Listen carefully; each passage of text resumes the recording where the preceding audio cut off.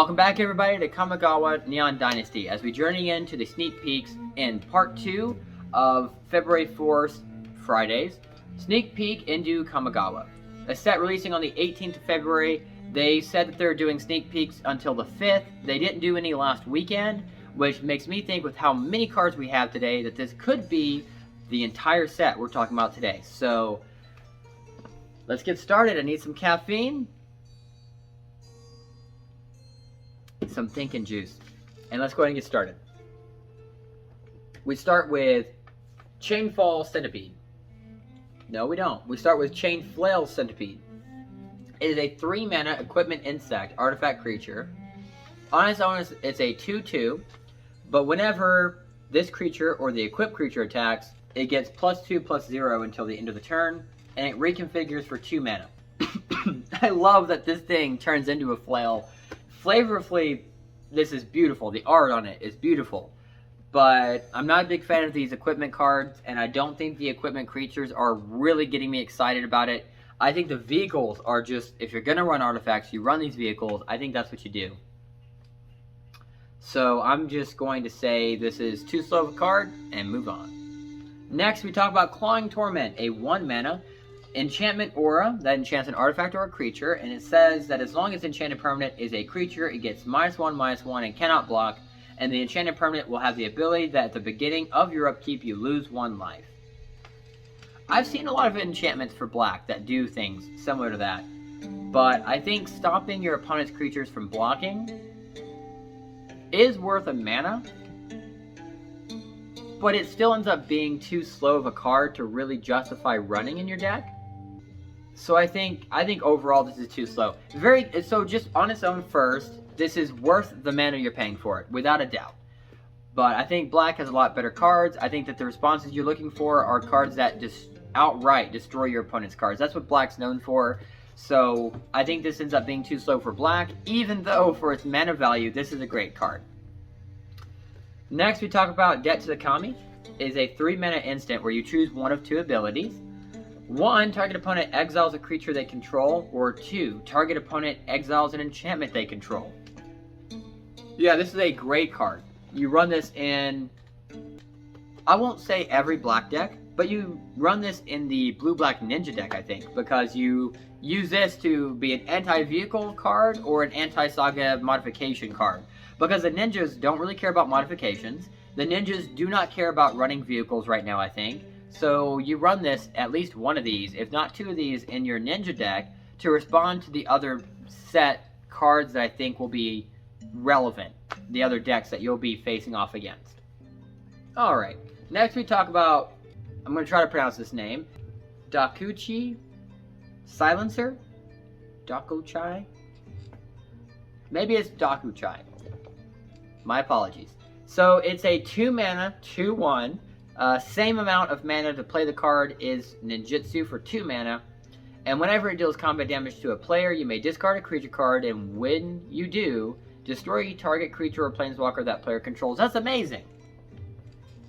I love these ninjas. Blue-black ninja deck, it's happening. Cards like this are going to make it happen. Cards like the multicolored card that we saw, gonna make it happen. A must run in your blue-black ninja deck. This goes in it. Freaking amazing. Let's move on. Alright, I'm going to talk about the Shrine for the Black release here. Go Shintai of Hidden Cruelty, a 4-mana 2/2 with Death Touch. It's a shrine. And at the beginning of your end step, you may pay a mana, and when you do, destroy a target creature with toughness X or less, where X is the number of shrines you control. Don't know if I talked about this card yet or not. Once again, another combo shrine card that I think is too slow. Is why we're talking about it again. Looking at all the other shrine cards, I think this is probably the best shrine card, but I don't think it's good for the effect that, I don't think you're playing it for the 1 mana. It's just a 2/2 with Death Touch. I think Death Touch is an undervalued ability, so I think that this is a good card. I just don't think it's worth running for 4 mana. I think this is more likely a 3-mana card. So, if I haven't said so already, it's just too slow, but of the shrine cards, I think this is probably one of the better ones. Even though I'm telling you that this is probably not one you run, and there was a shrine that I said is maybe worth running. Death Touch is awesome. Happy to see that on a shrine. Alright, next we talk about Kaitos Pursuit, a 3-mana sorcery. Target player discards 2 cards. Ninjas and rogues you control gain menace until the end of the turn. Another card that I may or may not have already talked about, with the more ninjas we're seeing and the ability to be able to attack directly being a big deal. This is a great card, and having your opponent discard 2 cards is pretty standard for black cards. So I think that having that effect added to this only increases the value. But for 3 mana, giving your ninjas and rogues menace, and even just until the end of the turn, I think is well worth the 3 mana you're paying for. So this is a must run in that ninja deck, blue-black. Still happening. Next we talk about Commie of Restless Shadows, a 5 mana spirit. It is a 3/3 that when it enters the battlefield, you choose one of 2 effects. 1, return up to 1 target ninja or rogue creature card from your graveyard to your hand. 2, put target creature card from your graveyard on top of your library. This is a good enough card, even for 5 mana, that I think you pull back a ninja from your graveyard to your hand, and that effect makes this card worth it. Putting a creature from your graveyard on top of your library, maybe not so much worth it. Most black cards that pull things from your graveyard already return them to your hand. A lot of them straight up to the battlefield, so this card is good because it specifically is getting a ninja card back to your hand, and if you don't have cards that do that already, this card is good. But there are already cards that pull creature cards from your graveyard to your hand, and I think those are what you'd run instead of this. But in terms of it being able to specifically get a ninja, that's good. 5 mana 3/3 is bad. So things to consider, probably too slow. But if you don't have cards that already return things from your graveyard to your hand, being able to pull those ninjas back, and especially with the ninjutsu ability where them being in your hand is the threat. That is, you don't want them on the board. You want them in your hand. So it puts it exactly where you want to have the creature. Next we talk about Commie of Terrible Secrets. It's a 4 mana 3/4 that when it enters the battlefield, if you control an artifact and an enchantment, you draw a card and gain a life. It's very rare to see black cards that let you gain life. So it's good to see a card like this out there, and I think this is a good spirit card, but I don't think that overall this is getting run in this set. But it's not a bad card for what you're getting. Next, we talk about a vehicle for the black set, which is Mukotai Soul Ripper, a 2 mana 4/3 that when it attacks, you may sacrifice another artifact or creature, and if you do, put a +1/+1 counter on this card, and it gains menace until the end of the turn, and it only requires a crew 2. This is a great vehicle. I just don't see black having a place in vehicle decks right now. So, as good as this card is, I don't think it gets run. It's a great vehicle, just in the wrong place. Menace is a black, like mostly a black ability, so it definitely fits with the intimidate, menace type stuff that black normally runs, but I just don't feel like vehicles are strong enough for black to really warrant getting in the game on that. Alright, next up.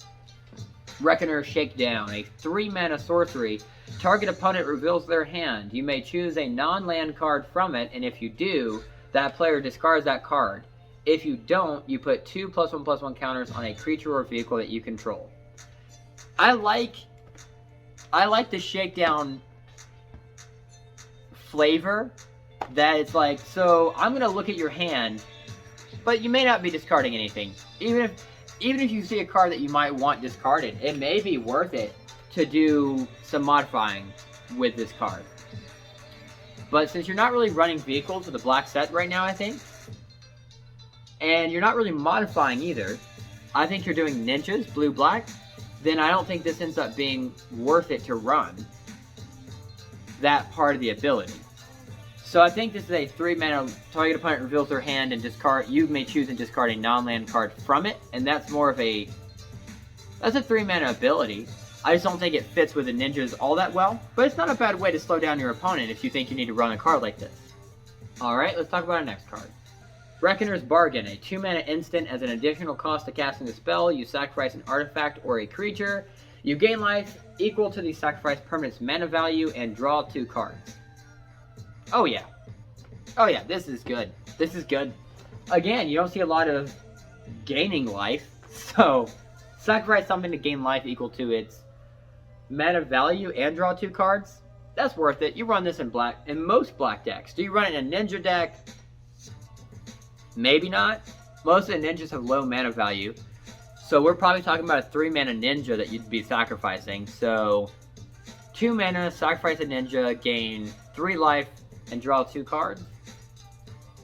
Even that's probably worth it. Yeah, I think you run 1, maybe 2 of these cards. You need a cycle, especially for the ninja cards. So if this can be run in a ninja deck, yeah, then you run this card. It's one of the only ways you're going to cycle. But if you're doing the blue-black ninja deck that I think is going to be really good, you may not have to run cards like this, since blue already does a lot of scrying and cycling. So if you can combo this better with blue, where the blue's compensating for that scrying and the drawing, then cards like this won't really be as relevant. They'll be obsolete compared to the blue cards. But it's still nice to see black cards having their own support for being able to draw and gain life. Next, we talk about Return to Action. A 2 mana black spell is an instant. Until the end of the turn, target creature gets +1/+0, gains lifelink, and the ability that when this creature dies, return it to the battlefield tapped under its owner's control. It's a good card. I think it's probably too slow. You don't get to draw a card. You do pull back up a creature. But I think there are better cards to be drawing from your deck. I could see this in a side deck. I just think it's too situational to run in your deck. But it's a good card. So evaluating by itself is a good card. I'd say evaluating it compared to the set so far as I've seen it, this is probably too slow. Alright, next we talk about Twisted Embrace, which is a 4 mana enchantment aura. It enchants an artifact or creature that you specifically control. And when this enters the battlefield, destroy target creature or planeswalker an opponent controls, and as long as the enchanted permanent is a creature, then it would get +1/+1. So it gives a creature you control +1/+1, and when it enters the battlefield, destroy one of your opponent's creatures or planeswalkers. Is not a bad card. It also counts as a modification, being an enchantment aura, but I don't think black cares a lot about that. So I don't think that you run this in the decks that I think are going to be really good. But as a card itself, it's probably not bad, especially since it counts as modifying. I just don't think that the black cards really needed modification right now. I don't think that's really their thing. I think they're more for the ninjas and cycling through their decks if they can. Next, we talk about Undercity Scrounger, a 3 mana artifact creature human rogue. It's a 1/4 that if you tap it, you create a treasure token, but you can only activate that ability if a creature died that turn. As a rogue, it combos well with ninjas, so I can definitely see this being run with ninjas.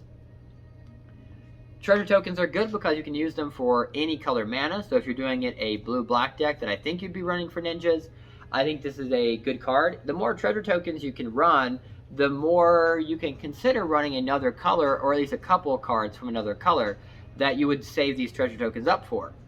Or you can use these artifacts as fodder for you to sacrifice for other things. But these treasure tokens are tokens and thus don't have a mana value, so they don't combo well with cards that need you to sacrifice something with a mana value. I think that you run this card in your ninja deck, blue-black, if you want to run other multicolor cards that will increase the value of your ninjas that you have on the board or in your deck. So, and there were a couple we were looking at. So I don't know if you've got enough treasure tokens to really warrant doing this, but if you do, then this is the card you want to run. If you don't have other colors that you need to compensate for, then I don't think this is a good enough card. It's too slow. If it lets you tap and create a treasure token every turn without having to have had a creature die on some side of the board, then it would be much better. But I think it's just too slow to run by itself unless you just need the other color mana. Alright, next we talk about Unforgiving one. It's a 3 mana creature spirit. It's a 2/3 with menace that whenever it attacks, return target creature card with mana value X or less from your graveyard to the battlefield. And X is the number of modified creatures that you control. Again, I don't think black is going to be fitting well with the modified cards. I think it's going to be stronger with the blue-black. It being a spirit definitely makes me feel like it's the... My idea was the green-white spirit samurai deck modification. So I think this is trying to squeeze its way in there. But I don't think the black support was enough to warrant that. Moving on to the last of the black cards that have been sneak peeked at. Virus Beetle, a 2 mana 1/1 that when it enters the battlefield, each opponent discards a card. Pretty normal for black, again, to make your opponent discard cards, but I think that this is too slow of a card, even being an artifact. That's the only synergy it really has, is the fact that it's an artifact. So I think that's too slow, and you don't run it in any black deck, regardless of set. Alright, that moves us to our red cards. We start with Aki Ronin, a 2-mana 1/3 that whenever a samurai or warrior that you control attacks alone, you may discard a card, and if you do, draw a card. Goblin Samurai. This is going in vehicle decks. This is the white-red vehicle deck. Some more support. This absolutely makes it in to that deck. So it's good to see red getting some cycle cards, especially since red-white is going to be an interesting... It's a good mix normally, but their issue usually is that they fizzle out pretty quick. With the vehicles, it's going to make their board a little bit more of a threat than just swarming you. And I think if they can get some more cycle cards that we've seen, then this is going to be a really good deck. Next, we talk about Ambitious Assault. It's a 3-mana instant that creatures you control get +2/+0 until the end of the turn, and if you control a modified creature, draw a card. I don't think that you're going to be controlling a modified creature with red, but creatures getting +2 power is a bigger deal in the red deck, even without it being a modification. And the reason why I say that is even if you only have 2 creatures, but you at least have 1 vehicle, then increasing the power, even temporarily, of any of your creatures means they can pilot bigger creatures. And I think that ends up making this card more valuable in that sense. So I think you run this in your vehicle deck, and you don't care about drawing a card. For 3 mana, I think you have to have 2 vehicles on the board and at least 2 creatures on the board. Each one getting +2 power, tap them to make your vehicles creatures. And once that vehicle becomes piloted, it becomes a creature and thus would get +2 power. So even better. So you run this in your vehicle decks. Maybe 2 of them? Maybe 4 of them. Maybe 4 is going crazy. It's a good card, though. You run it in your vehicle decks. Let's move on. Next, we talk about Crackling Immersions. So this is a 2-mana enchantment aura. It enchants a land that you control, and the enchanted land would become a 3/3 red spirit creature with haste, but still be considered a land. And if the enchanted land would be destroyed, you instead sacrifice Crackling Immersions, and that land would gain indestructible until the end of the turn. That's a very cute card, and it's a modification card, but I don't think red cares a whole lot about modifying cards right now, so I think that it is too slow of a card, but it's very interesting. It's nice to see a way to protect your land when it becomes a creature. One of the biggest issues that you have when you make your land a creature and you want to attack or block with it is that if it dies, well, so does your mana that you would be getting. So I'm glad to see that there's a way to protect your lands now, but I think it's too slow. So moving on to Dragonspark Reactor, a 2-mana artifact that whenever Dragonspark Reactor or another artifact enters the battlefield under your control, you give this a charge counter. Tap 4 mana, sacrifice this card, and it would deal damage equal to the number of charge counters on it to target player, and that much damage up to 1 target creature. This is good in a vehicle deck. Maybe. Vehicles are kind of pricey. I think this... You know what? This actually might be too slow. I think the idea is supposed to be that it builds up enough counters to at least kill one of your opponent's big creatures and deal a decent chunk of damage to your opponent. I think it's too slow to run in a vehicle deck. You know what? I rescind my previous comment. This is too slow in a vehicle deck, but it's a good card on its own, and I think that there are red artifact decks that currently exist that this go in anyways, even if it doesn't fit in the artifact deck. Good card. Doesn't really fit the meta from just Kamigawa Neon Dynasty, but good card. Experimental Synthesizer is a 1-mana artifact that when it enters or leaves the battlefield, you exile the top card of your library, and until the end of the turn you may play that card. If you pay 3 mana and sacrifice this card, you create a 2/2 white samurai creature token with vigilance that you must only activate this ability as a sorcery. For 1 mana, being able to play the top card of your library is probably worth it. It helps speed up the red deck, so this goes in almost any red deck, I think, even if it has not much to do with samurai. I don't think that you sacrifice it for the 2/2 unless you need to pilot another vehicle. Next, we talk about Explosive Entry, a 2-mana sorcery, destroy up to 1 target artifact, and put a +1/+1 counter on up to 1 target creature. It's good because it destroys an artifact and allows you to modify one of your cards. I think that it's not good as a red card, though, so I think that ends up being the wrong color for what it needs to be.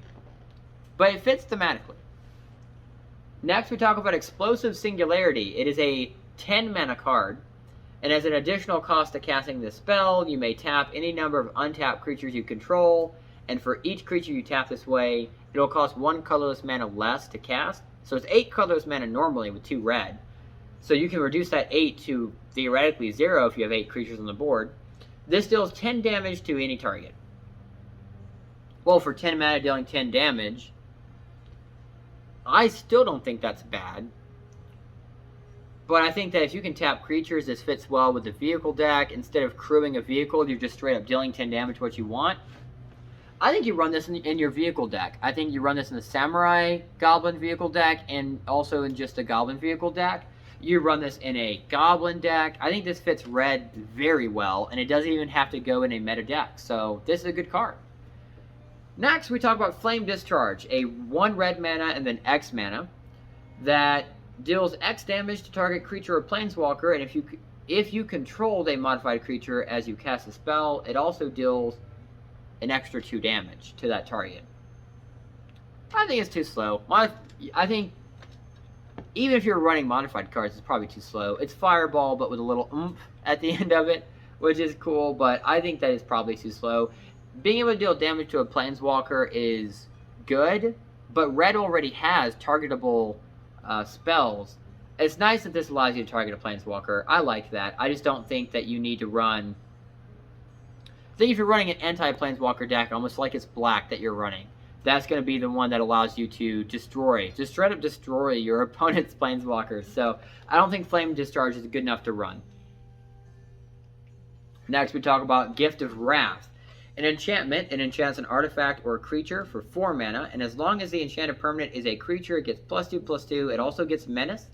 And when Gift of Wrath leaves the battlefield, you create a 2/2 red spirit creature token with Menace. I think it's good. You attach this to one of your vehicles, though. Yeah, I think this is good. Just one of them, probably in the deck, counts as a modification. So if you happen to have other things that care about modified cards, you've got one. And you enchant one of your vehicles with this. That way your vehicle has Menace. You're piloting these other vehicles. Let's talk about Ironhoof Boar, a 6 mana, 5/4 artifact creature with trample and with haste. It channels for 2 mana where you discard it, and target creature would get +3/+1 and gain trample until the end of the turn. I like giving something else trample. For 2 mana, +3/+1 and trample is a good card. 6 mana, 5/4 trample and haste isn't bad for the turn you play it. But I think that channel ability is probably the main draw for this card, and I do think that's a good card to run for that reason. But in what deck? I don't know, because it is a boar. So I think maybe you run it for that channel effect in some decks. I don't know if you run it for its creature part at all. So I think it's a okay card. The channel ability gives you the good value. I think if you want to run it and try it out and give some of your stuff trample that's already kind of big, that's fine. I picture giving a vehicle that has turned into an artifact creature this ability, +3/+1 and trample. I think that's good. So you maybe run it your artifact vehicle deck just to buff up your vehicles after they've started being crewed. But I don't know. Tough to evaluate. I'm not sure if this is a card that's good enough to actually stay in that deck. Maybe it's just one of those cards you run in just to see how it does. Next, we talk about Kami's Flare, which is a 2 mana instant that deals 3 damage to target creature or planeswalker and deals 2 damage to the permanent's controller if you control a modified creature. Lightning Strike is I think it's 2 mana, deal 3 damage. So maybe it's 1 mana, deal 3 damage. I think this card is probably okay. I don't think that you have modified stuff on the board, so I don't think it's dealing 5 damage. I think it's almost always dealing 3, but it's okay. It's another damage spell for red. It's kind of what you expect to see. Next is Kindled Fury. For 1 mana, target creature would get +1/+0 and gain first strike until the end of the turn. This is also an instant, which makes this card pretty good.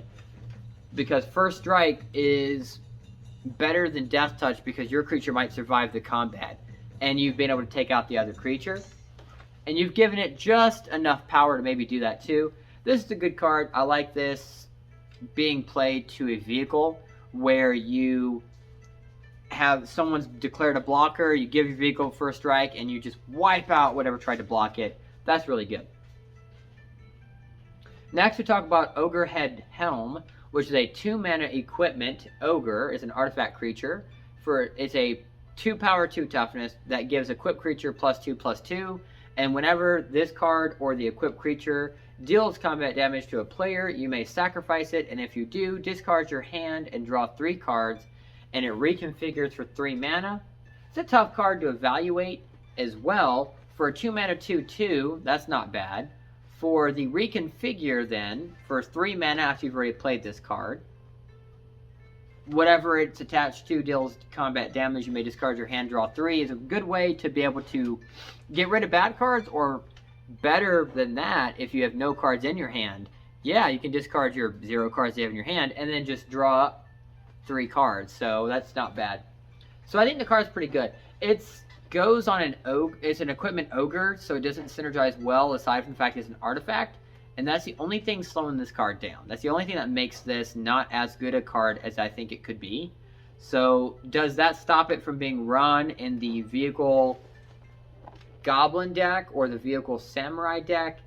It could. It might be enough to stop it. I think you run this in the goblin vehicle deck since red by itself doesn't have enough card draw. But if you're comboing this with the red-white, it might be okay not to run this card. Next, we talk about Rabbit Battery, a 1-mana equipment rabbit. Artifact creature, it is a 1/1 with haste. Reconfigures for a red mana, and the equipped creature gets +1/+1 and has haste.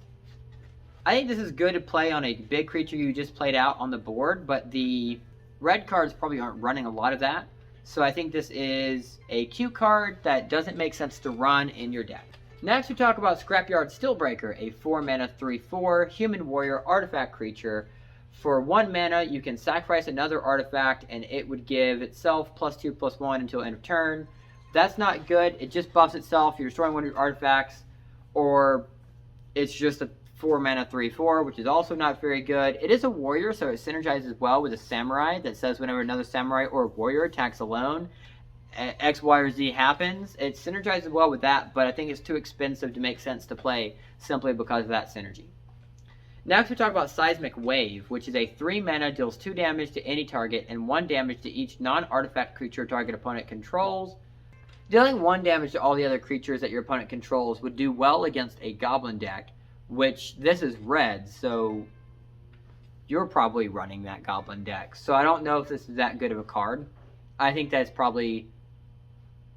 it would be better if it was dealing 3 damage to any target and then 2 damage to each non-artifact creature target opponent controls, but it doesn't do that, so this is too slow and too weak of a card. Next, we talk about Thundering Raiju, which is a 4-mana 3/3 spirit creature with haste, and whenever it attacks, you put a +1/+1 counter on target creature you control, and then this deals X damage to each opponent, where X is the number of modified creatures that you control other than this card. It would be a really good card if this were in the green or white release sneak peeks, but it's not, so it ends up being a good card but wrong color, so it ends up not being run because of that, I think. So evaluating it by itself is a good card, especially in a modification deck, but I don't think red has a place in the modification world yet, so until it does, I think this is just in the wrong place. Next, we talk about Tawashis Songshaper, a 2-mana human artificer artifact creature, 2 power, 2 toughness, that when another artifact enters the battlefield under your control, she gets +1/+0 until the end of the turn. And the effect doesn't say it caps off, so it can keep happening with the more artifacts you play. But I think that unless it gave itself trample or something else cooler, I think just buffing up its powers is only helping you pilot other vehicles. That being said, even if it's not as good an ability as it could be, and it's not a goblin, I still think it's good enough and cheap enough to where you still run it in your vehicle deck, red, white, or red vehicle deck, since increasing its power does allow it to pilot larger vehicles that have a higher crew requirement. And finally, for the red cards that we're looking at today, we have Voltage Surge, which is a 1 mana instant as an additional cost to casting this spell. You may sacrifice an artifact. It deals 2 damage to target creature or planeswalker, and if you did pay the additional cost, then it deals 4 damage instead. It's almost as if it has a kicker effect, but since you're sacrificing something, they worded it differently. So you run this in your vehicle deck anyways, just because you might sacrifice a vehicle to deal 4 damage and kill something important on your opponent's side of the board. And the fact that this can also deal damage to a planeswalker is really good.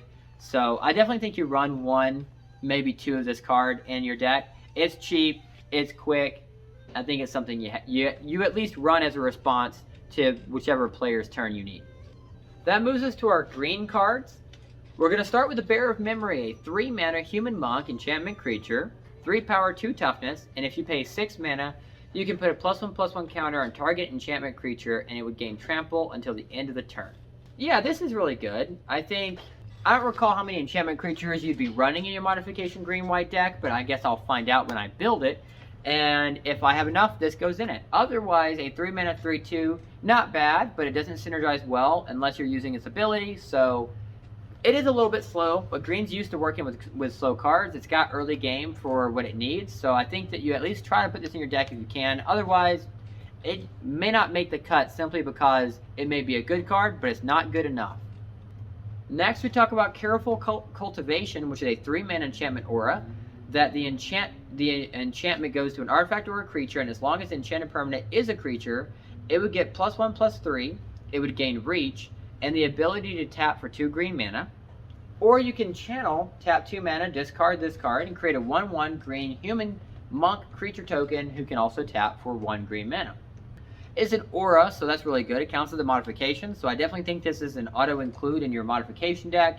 And as far as green cards are concerned, unless you're putting it in, unless it is a elf deck that we're talking about, I definitely think you run this in most green decks because it's always good to have additional. It's always good to have additional mana creation, and with the also added benefit of giving your creature more toughness and reach at the same time, that makes this card really good, and it's a great answer to a lot of flying decks that are going to be out there. Next, we talk about with Communal Spirits, which is a 1 mana sorcery that allows you to look at the top 4 cards of your library, or reveal an enchantment or land card from among them, put it into your hand, and the rest on the bottom of your library in a random order. Yeah, you definitely run this in your modification deck, so that way you can pull out mana if you need to, or your enchantment auras that are going to modify the cards. I think you run 4 of these. It's just a great way to scry. Green doesn't have scrying cards, so this is as close as you get, so I think you run it. Next, we talk about Fade into Antiquity, a 3 mana sorcery that exiles target artifact or enchantment.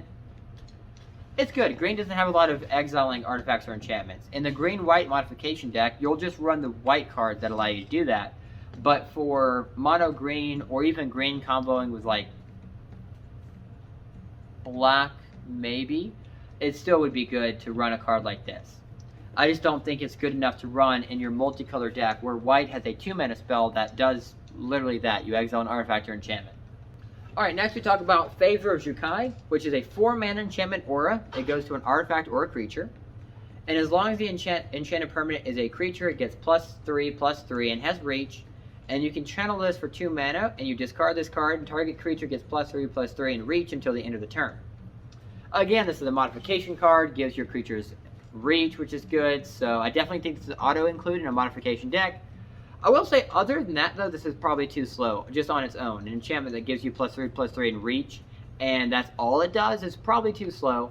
But because modification decks are going to be pretty big, and green is going to have a big part to play with that, then I think this ends up being included in that deck. Next, we talk about Grafted Growth, which is a 3 mana enchantment. It's also an aura.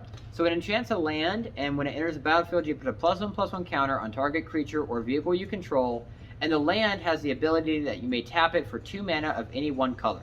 Yeah, this definitely goes in, I think, your modification deck. It is an enchantment aura, so it by itself counts as modifying one of your lands, which is awesome.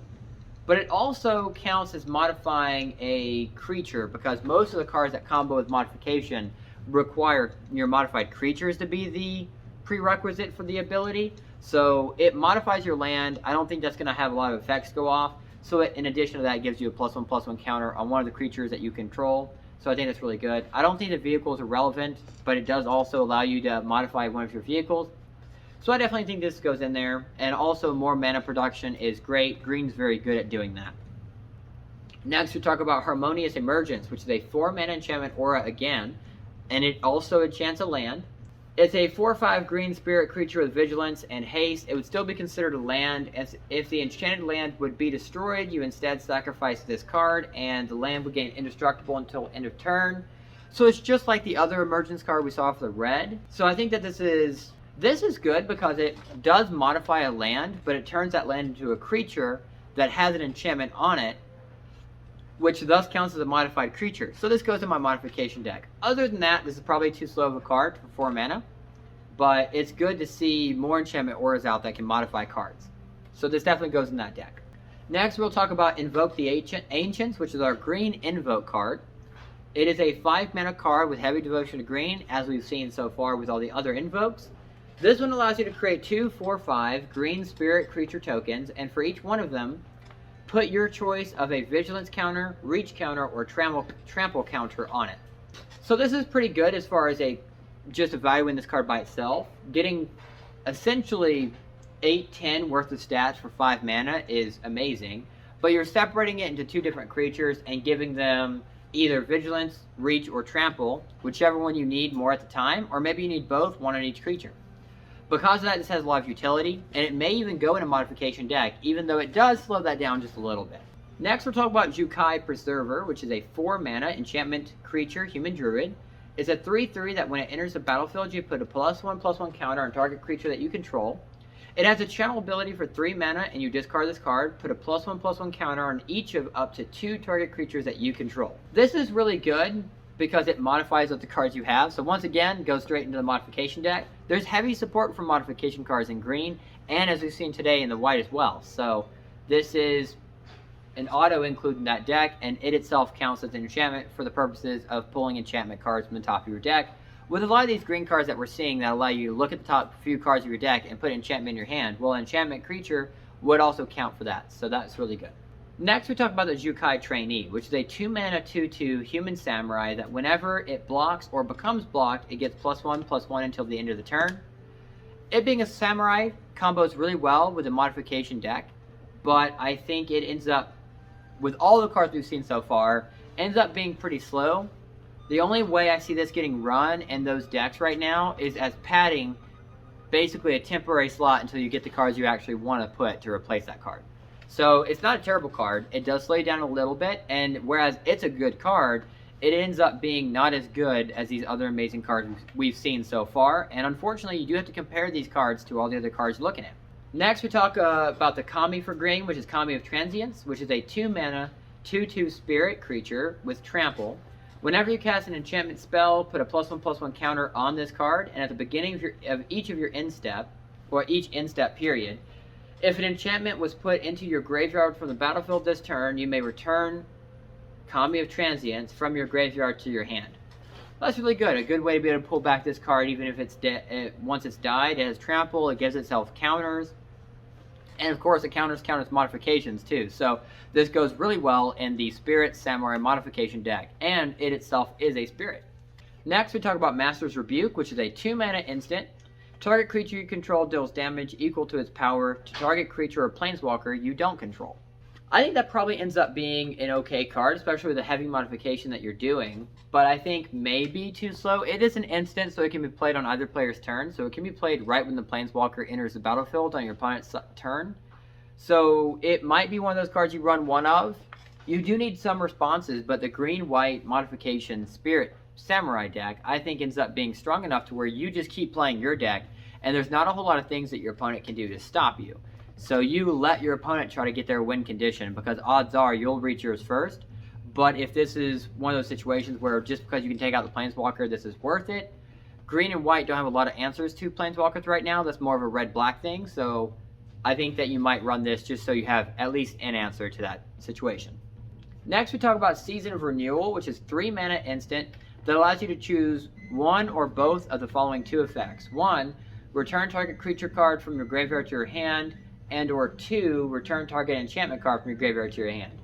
Yeah, I think you're almost always choosing both with Season Renewal. So 3 mana, return target creature and enchantment from your graveyard to your hand. And in a modification deck, this fits really well. I think you run 3 of these in your deck. I think 4 maybe is a little too slow with it being 3 mana. But I think you run 3 of them. This is a really good card. Next, we talk about the Springleaf Avenger, which is a 5 mana insect ninja. It is a 6/5 with a 4 mana ninjutsu ability that whenever it deals combat damage to a player, return target permanent card from your graveyard to your hand. I know this is a ninja card, but this combos really well with your modification deck. You're pulling a bunch of stuff from your graveyard back to your hand to replay Saga enchantments or whatever that has completed its cycle. You just return it and renew that cycle. So I think this is a really good card. For 5 mana, it is expensive. The ninjutsu is almost what you'd prefer to use, but with you modifying all these other cards, you may prefer to pay the 5 mana, play your 6/5, and then attack with it, and then they either kill off, your opponent kills off their creatures to block this, or it deals combat damage to your opponent, where you get to immediately pop off the effect. Alright, the final card that we have for green is Tamayo's Safekeeping, a 1 mana instant. Target permanent you control gains hexproof and indestructible until the end of the turn, and you gain 2 life. I think you run 1 or 2 of these in there. It's really good because it gives one of your modified creatures that hexproof ability, gives it indestructible. And gaining 2 life is just an added benefit to this card, but it's definitely good. Alright, and that brings us to multicolored cards. We've still got a lot to go through. They released a lot for today, and I don't think they're going to release anything on Saturday. So we're going to break this up into a third part. What we'll do is we'll talk about multicolored artifacts, potentially lands, and the enchantment sagas of the set, and what I believe to be the final video for the sneak peek preview of Kamigawa. Reminder, the set's coming out on the 18th, so I look forward to seeing what else they have. The cards they've shown so far today have been amazing, and there's a ton to talk about, so feel free to drop down a comment below. Talk about some of the cards you're most excited about, and talk to me about some of the cards that maybe you think I got wrong. Any deck ideas that you have. Other than that, don't forget to like and subscribe, and I'll see you next time.